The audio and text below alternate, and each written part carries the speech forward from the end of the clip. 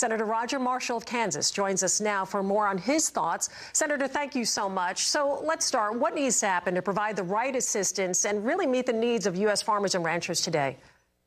Well, Suzanne, good morning to you and to all your listeners. That last segment on apple pies got me thinking about lunch, but back to the Farm Bill.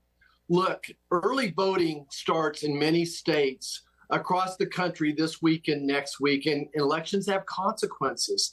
If you give us a Republican Senate majority on the House Agriculture Committee, then we're going to put farm back in the Farm Bill.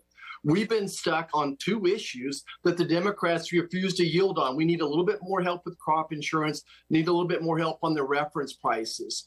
I think it's interesting that in Michigan, the Michigan Farm Bureau has endorsed a Republican candidate for Debbie Stabenow's seat, who's the current chairwoman. So I think what needs to happen is a Republican majority in the Senate, and we'll follow up with what the Republicans did on the House side, where they put farm back in the Farm Bill and they took care of crop insurance. So obviously there is a big time dispute between both sides. And I know a lot of lawmakers had said they didn't want to do an extension because it would put pressure on Congress to get this passed. Your thoughts? Is this possible to get passed by the end of the year? You know, absolutely. And if we don't pass a new farm bill, we're going to get an extension done one way or the other. We'll get it done. But remember, this is a 5-year bill, and I've got to get it right. What the Democrats are offering me now actually hurts the reference prices for wheat and for milo. I can't, and Kansas is a wheat state. I can't take a farm bill that's going to hurt wheat, let alone the milo industry.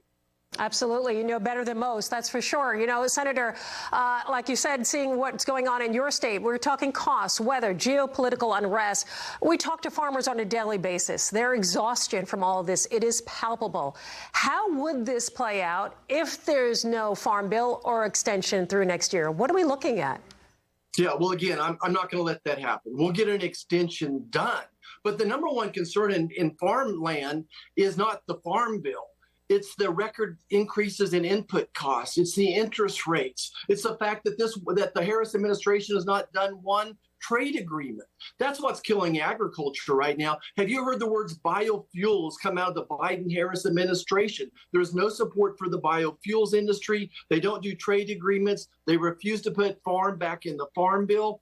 We need new leadership in the White House. We need a Republican majority in the Senate to go along with that in the House. And then we'll give you a good farm bill. But remember, even reference prices, think about this. The reference prices created in 2018 are only worth 80% of what they were worth 5 years ago because of inflation. I think, and again, these interest rates, the number one concern I hear from farmers is those input costs, and really those are a result of the Biden-Harris administration policies. Of course, in the midst of this election, you know, you're talking about outdated policies right now that our farmers are working on. Big priority, I know, for a lot of them is safety nets. What else are you hearing as far as priorities from the ag community on that front? Well, certainly crop insurance is the number one issue, and then the safety net is number two, and that's what's going to go away. You know, you ask what will happen if this farm bill does expire, we don't do an extension. We keep crop insurance, we keep the SNAP programs, but the safety net goes away. On the short term, it would bump prices up for wheat. It would give us $10 wheat, $9 corn, but that would be very short-lived, and then it would create excess supplies and really mess up the economy. That's why we got to get this done. But this farm bill, agriculture has never been a priority for the Biden-Harris administration. And that's why I keep reminding people, early voting, early voting, early voting. Final words, Senator, for farmers and ranchers watching right now? You know, I think there's great opportunities out there. I think if President Trump loves farmers. The first time I sat down with President Trump, we were supposed to talk about health care. We spent 30 minutes talking about agriculture, talking about farmers. He asked me how the farmers were doing, and I said, well, Mr. President, at the time, China had just really halted a bunch of shipments of soybeans and milo. And in response to that, President Trump executed large tariffs on China and gave those monies to the farmers. So again, I think that elections have consequences. The hope out there is the biofuel industry, the innovation that's going on, farmers are embracing. But we have these early voting opportunities out there. Elections have consequences, and we need rural America to go out there and support someone who's going to support rural America. Absolutely. U.S. Senator Roger Marshall of Kansas, as always, thank you for joining us.